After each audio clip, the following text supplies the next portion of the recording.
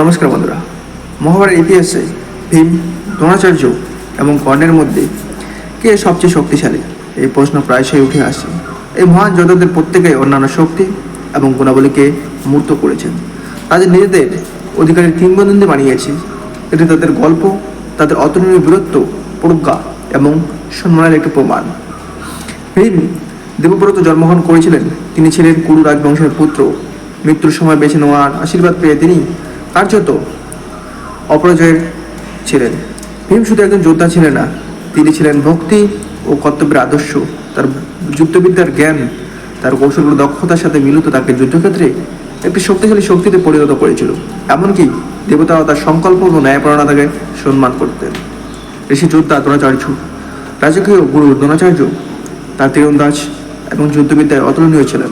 তিনি অর্জুন সহ কুরু রাজপুত্রদের অতুলনীয় নিষ্ঠার সাথে প্রশিক্ষণ দিয়েছিলেন।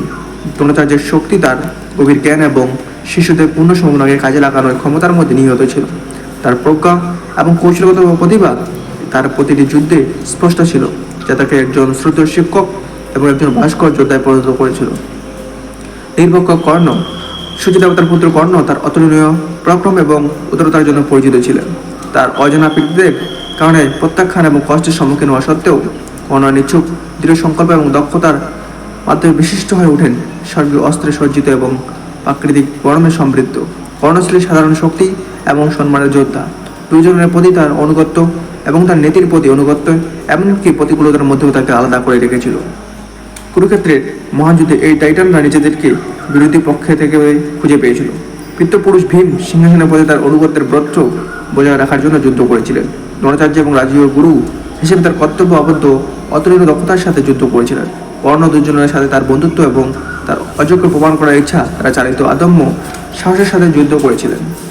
তাদের মধ্যে কে শক্তিশালী ছিল এই প্রশ্নটি জটিল এবং বহুমুখী। ভীমের অজেয়তা দ্রোণাচার্যের প্রজ্ঞা এবং কর্ণের নির্ভক চেতনা শক্তির বিভিন্ন মাত্রায় পরিণত করে।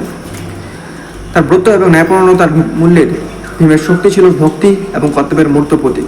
তার কৌশলগত মন এবং ইচ্ছা মৃত্যুর আশীর্বাদ তাকে প্রায় অপরাজয়ের করে তুলেছিল। তার গভীর জ্ঞান এবং কৌশলগত প্রতিভা দ্রোণাচার্যের শক্তিকে সংযোজিত করেছিল। একজন শিক্ষক এবং যোদ্ধা হিসেবে যুদ্ধক্ষেত্রে তার অনুপ্রেরণা এবং নেতৃত্ব দেওয়ার ক্ষমতা ছিল অতুলনীয়। কর্ণের অভ্যন্তরীণ শক্তি এবং স্থিতিস্থাপকতা এবং মূল্যবোধ এবং বন্ধুত্বের প্রতি অটল প্রতিশ্রুতি তার শক্তির বৈশিষ্ট্য। স্বর্গীয় অস্ত্রের উপর তার দক্ষতা এবং তার নির্ভক যুদ্ধের শৈল তার ব্যতিক্রমী যোদ্ধা চেতনা প্রদর্শন করেছিল। শেষ পর্যন্ত মহাভারত শিক্ষা দেয় যে সত্যিকারের শক্তি শুধুমাত্র শারীরিক শক্তিতে নয়, বরং একজনের মূল্যবোধ, প্রজ্ঞা এবং ধার্মিকতার প্রতি উৎসর্গের মধ্যে রয়েছে। ভীম, দ্রোণাচার্য এবং কর্ণ প্রত্যেকে তাদের নিজস্ব উপায়ে এইগুলি উদাহরণ দিয়েছিলেন। তাদের গল্প আমাদেরকে চিন্তা অনুপ্রাণিত করেছে। মুহূর্ত অনেক রূপে আসে।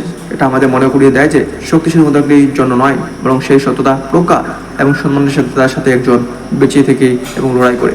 এই নিরুপতি মহাকাব্যে আমরা দেখতে পাই যে সর্বশ্রেষ্ঠ যোদ্ধা হলেন তারা যারা সর্বোচ্চ গুণগুলিকে মূর্ত করে নিচ্ছুক শারীরিক শক্তি পরিমাপকে অতিক্রম করে।